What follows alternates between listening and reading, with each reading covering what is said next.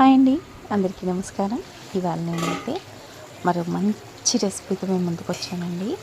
బెండకాయ పులుసే కదా అని ఈజీగా తీసేయకండి. ఇందులో ఎటువంటి టమాటోస్ కానీ, ఆనియన్స్ కానీ, జింజర్, గార్లిక్, కర్డ్ ఏది యూస్ చేయకుండా చేశానండి. దానికి కావాల్సిన పదార్థాలు చూసేద్దాం. నేను ఇక్కడైతే జీలకర్ర, సోంపు, మిరియాలు, మెంతులు, 2-3 లేదా ఇలాచి, ఇంకా ఎండు కొబ్బరి, పల్లీలు, ఇంకా నువ్వులు. దానికోసం అరకిలో బెండకాయలు కట్ చేసుకొని పెట్టుకున్నాను.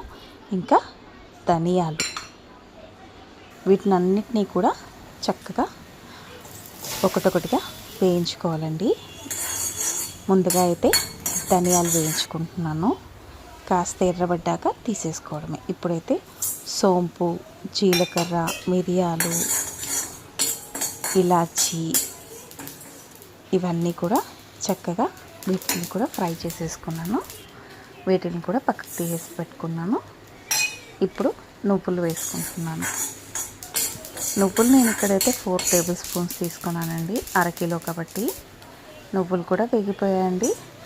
ఇప్పుడైతే ఎండు కొబ్బరి, మీరు ఎండు కొబ్బరి అయినా తీసుకోవచ్చు, పచ్చి కొబ్బరి అయినా తీసుకోవచ్చు. ఇంకొక సైడ్ అయితే నేను బెండకాయ ముక్కల్ని ఫ్రై చేసుకుంటున్నాను, ఆయిల్ లేకుండా.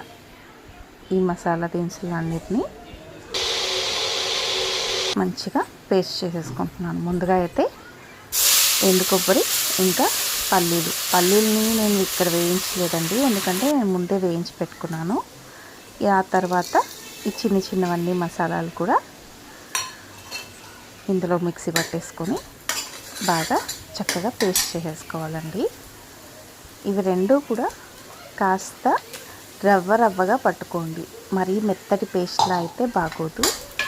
కాస్త సన్న రవ్వ ఉంటుంది కదా, ఆ స్టేజ్ వరకు మిక్సీ పట్టుకోండి. చూడండి, చక్కగా ఆయిల్ అంతా బయటకు వచ్చేసిన తర్వాత ఇప్పుడు మనం కాస్త వాటర్ యాడ్ చేసుకొని దాన్ని చక్కగా వేపుకోవాలి.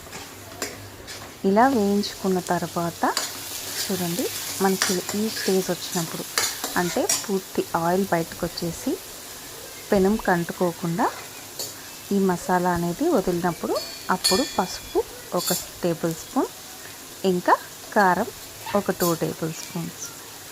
ఇక్కడ ఇంకా ఎటువంటి మసాలా లేదండి. ధనియాల పొడి అయితే నేను ఇక్కడ వేయట్లేదు, ఎందుకంటే నేను ధనియాలని వేయించుకొని పేస్ట్లో వేసాను కాబట్టి. అంతేనండి.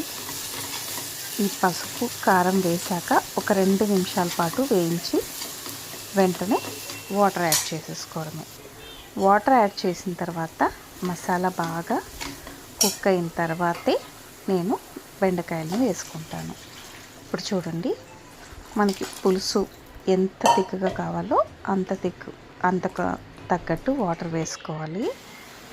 ఇక్కడైతే బెండకాయలు కూడా చక్కగా ఫ్రై అయిపోయాయి.